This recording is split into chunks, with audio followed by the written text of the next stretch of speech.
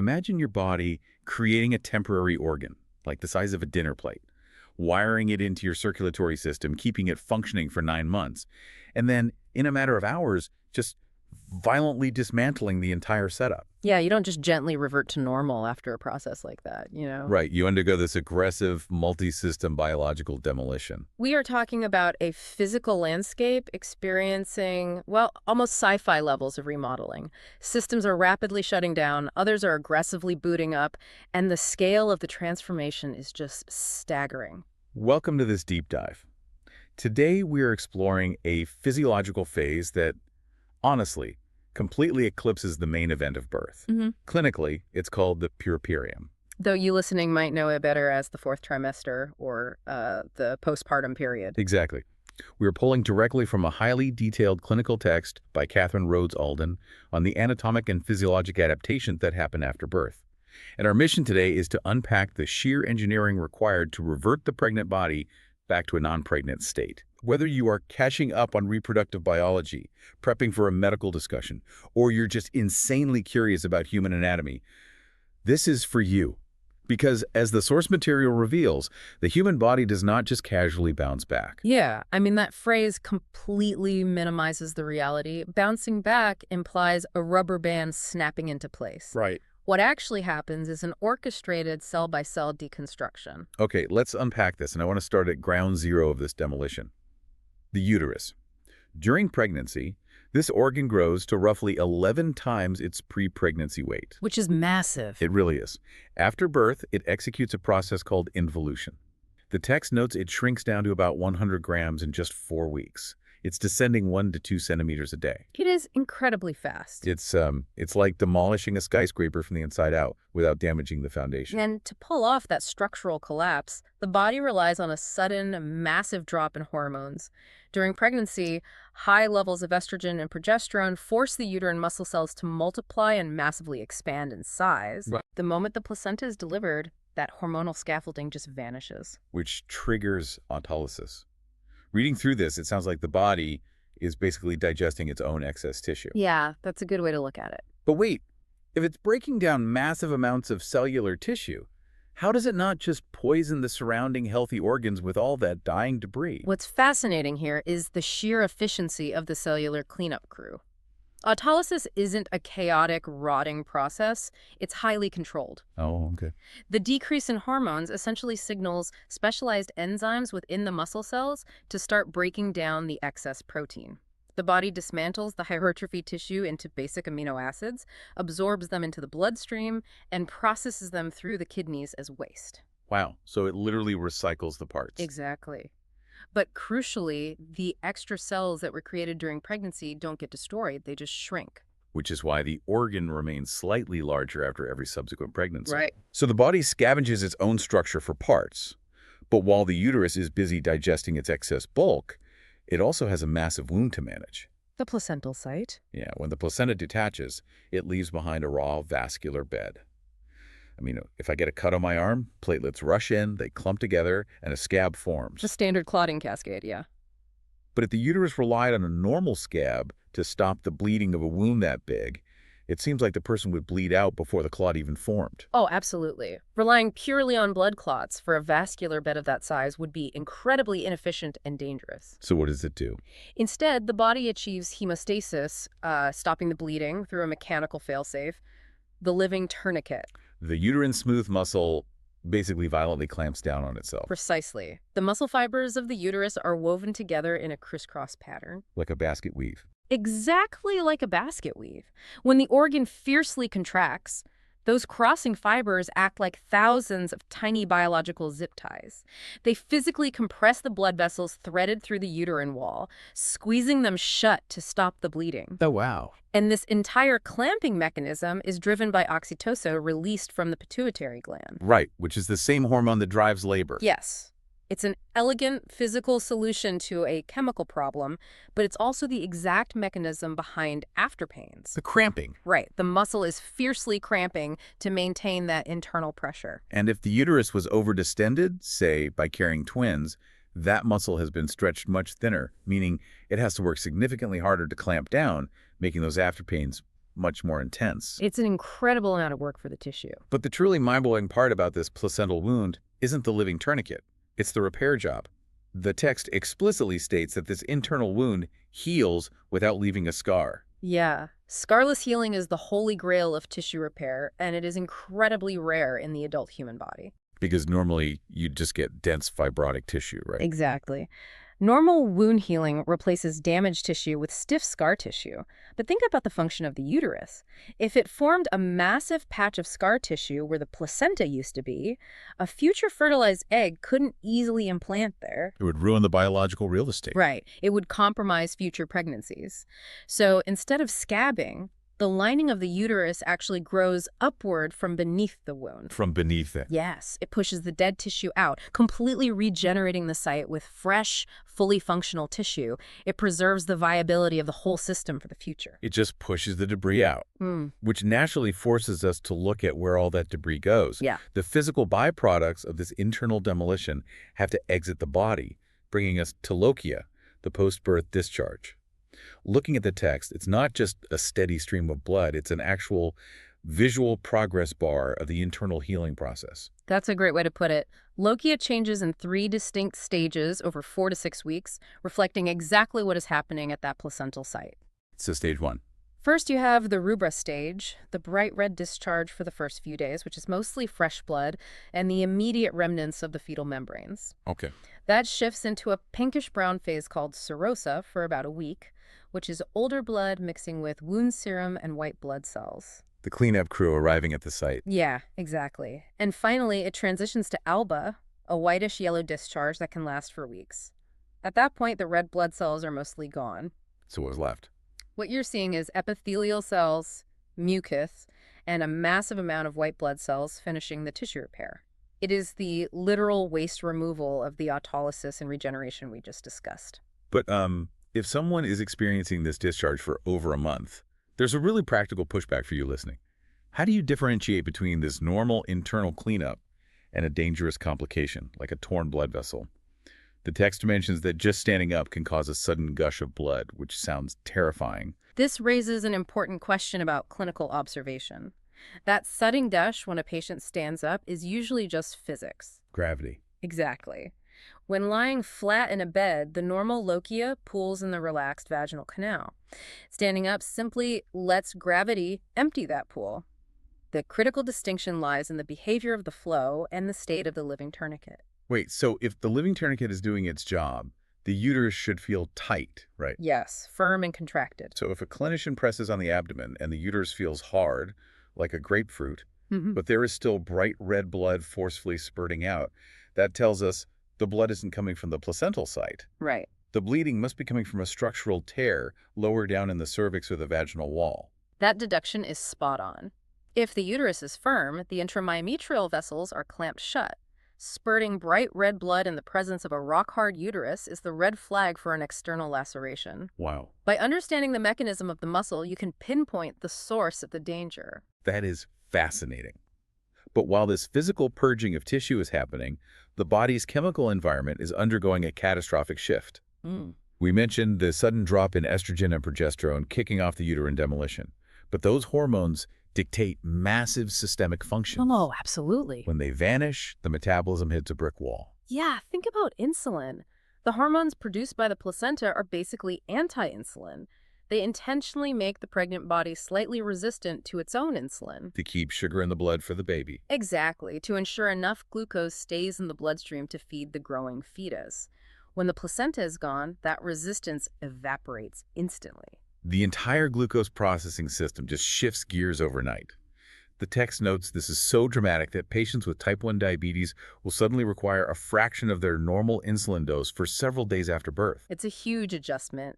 And this abrupt hormonal cliff, combined with the extreme physical exertion of birth, often triggers a very common yet entirely bizarre physical reaction. Oh, yeah. Severe postpartum shivering. Up to 50% of individuals experience intense, uncontrollable, teeth-chattering shivers in the first hour after birth. And the wild part is, It's not because they are actually cold. No, it's a fascinating neurological glitch.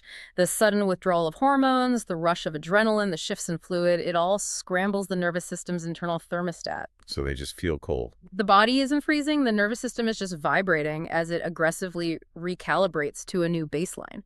Unless it's a specific reaction to a medication, it requires zero medical intervention. You just cover them with a warm blanket and wait for the brain to figure out what temperature it actually is. The brain is just frantically hitting the reset button.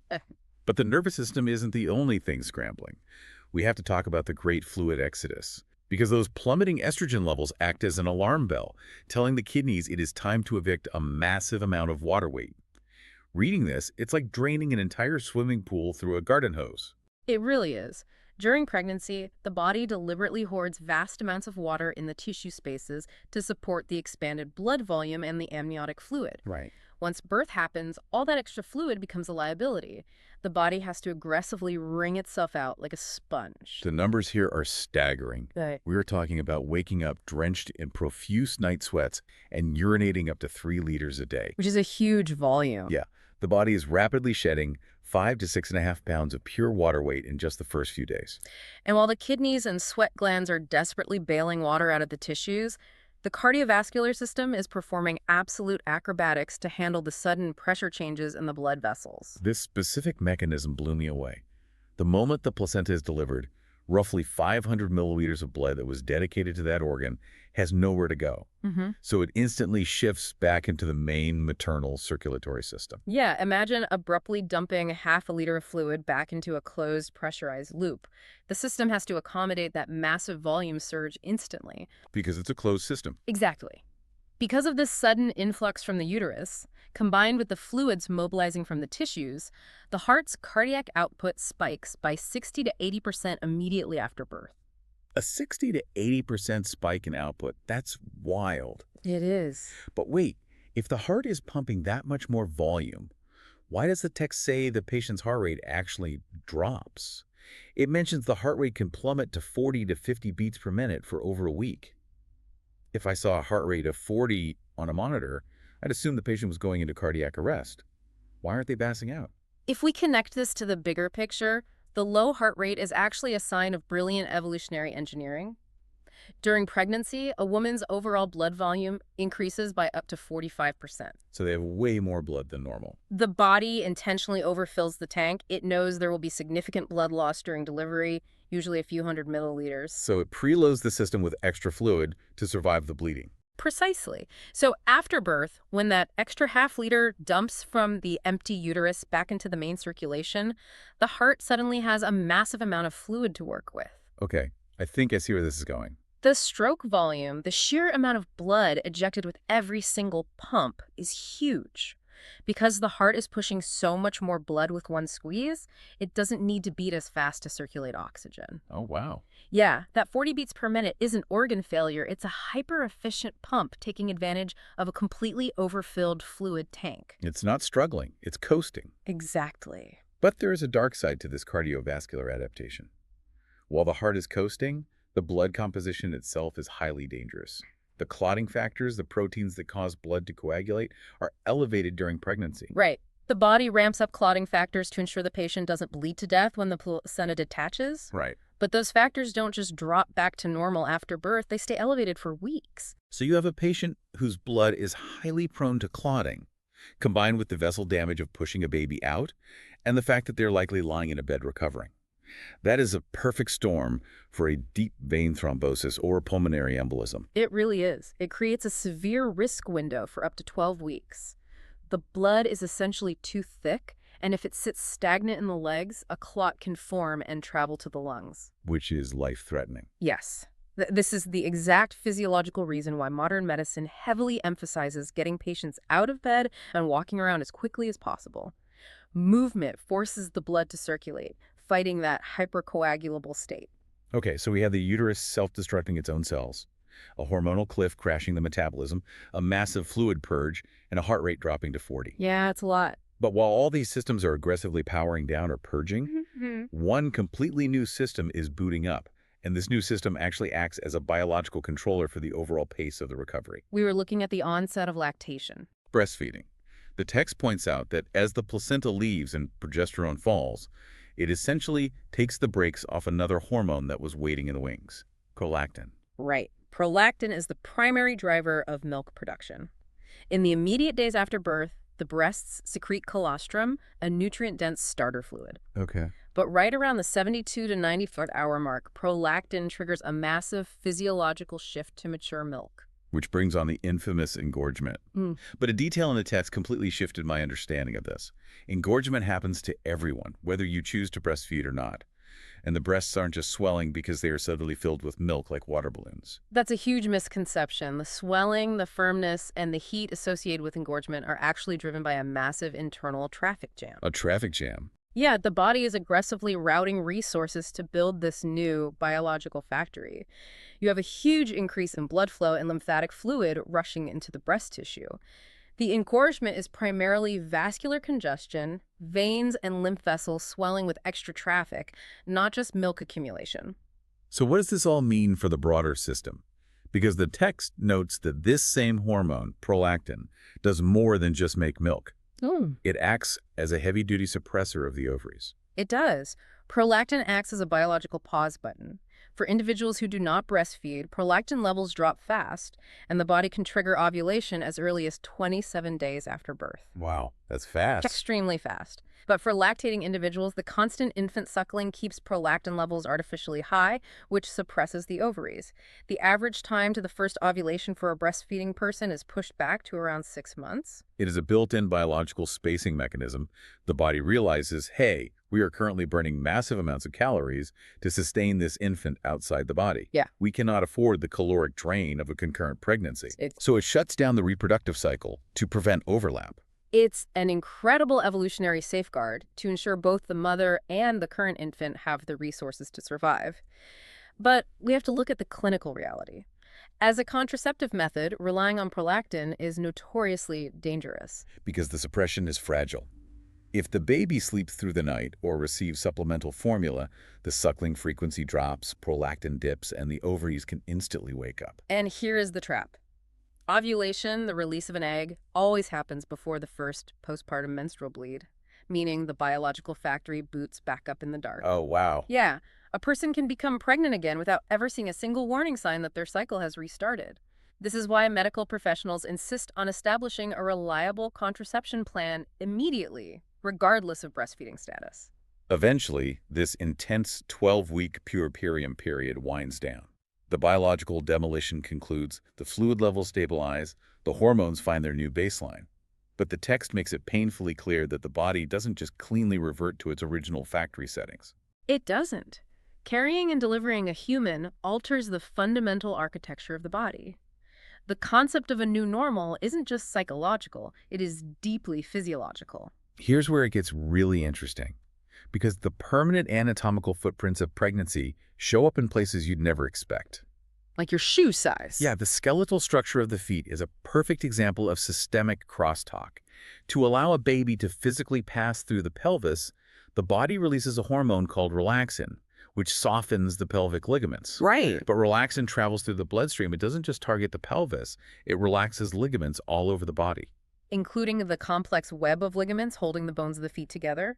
With the added weight of pregnancy pushing down on those loosened foot joints, the arches often collapse slightly. Yeah. And once those ligaments stretch, they don't always snap back, meaning a permanent increase in shoe size. We see lasting architectural changes in the abdomen as well. Yeah. The growing uterus can cause the vertical muscles of the abdomen to literally unzip down the middle, a condition called diastasis recti abdominis. Yeah, and while the tissue heals, the muscles often remain slightly separated. And the integumentary system, the skin and hair, goes through its own chaotic reset. Many people experience horrifying amounts of hair falling out in the shower around month 3. Which is incredibly common. Yeah, which sounds like a disease, but it's just the shedding of the fine hair that the pregnancy hormones unnaturally held onto for 9 months. Right. And internally, the anatomy is forever altered. The opening of the cervix, which is perfectly circular before pregnancy, permanently changes shape after a vaginal birth. It heals into a jagged slit. Clinically described as a fish mouth appearance. But the shift that has the most hidden impact is the immune system. During pregnancy, the body has to dial down its immune response so it doesn't attack the fetus, which is essentially foreign DNA. The body induces a state of mild immunosuppression. But in the postpartum period, the immune system violently wakes back up. This sudden rebound is notorious for triggering severe flare-ups in individuals who have underlying autoimmune conditions, like multiple sclerosis or lupus. The immune system comes back online and instantly goes into overdrive. Understanding this machinery gives the listeners so much power. If you know these specific changes are wired into the system, the sudden hair shedding, the unzipped abdominal muscles, the immune system waking up and causing joint pain, you recognize them as the exhaust fumes of a massive biological reset. Exactly. You don't panic and assume your body is suddenly failing. Education replaces fear with context. When you understand the sheer mechanical load the body just processed, you stop expecting it to just snap back. We've traced an organ efficiently digesting its own excess cells. We've seen the circulatory system instantly swallow half a liter of displaced blood while dropping the heart rate to 40. We've seen hormones orchestrate massive fluid dumps, deliberately halt reproduction, and permanently alter the bones in the feet. It's an aggressive masterclass in adaptation. It really is. The puerperium isn't a passive window of resting up. No, it forces a profound respect for the resilience of human physiology. But I want to leave you with one final thought to mull over, something that connects the ancient biology we just discussed to the cutting edge of future medicine.